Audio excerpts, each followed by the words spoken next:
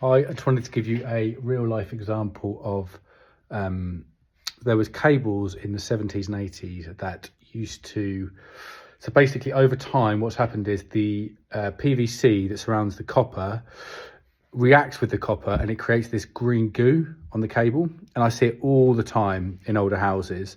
It's not immediately dangerous, but over time it can cause terminations to get looser, or the connection to get worse and worse over time. So often switches will fail. You'll often see it in socket outlets to start to break the socket outlets where it can't operate anymore.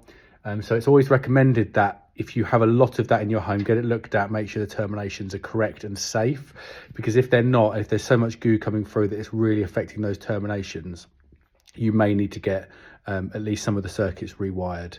But don't worry immediately, get someone to check it out first. This is a good real life example of it in a light switch I've just found, or a light fitting.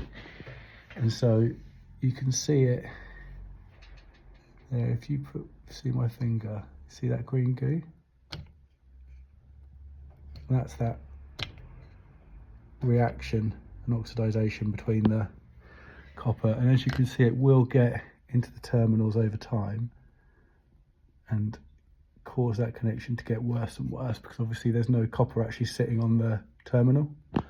But yeah, I just thought that was a really good example of it. And yeah, if you've had it in your home, I'd love to hear your examples of how it may have affected things, or if it starts to leak through sockets, or if you're concerned about anything, please do let me know.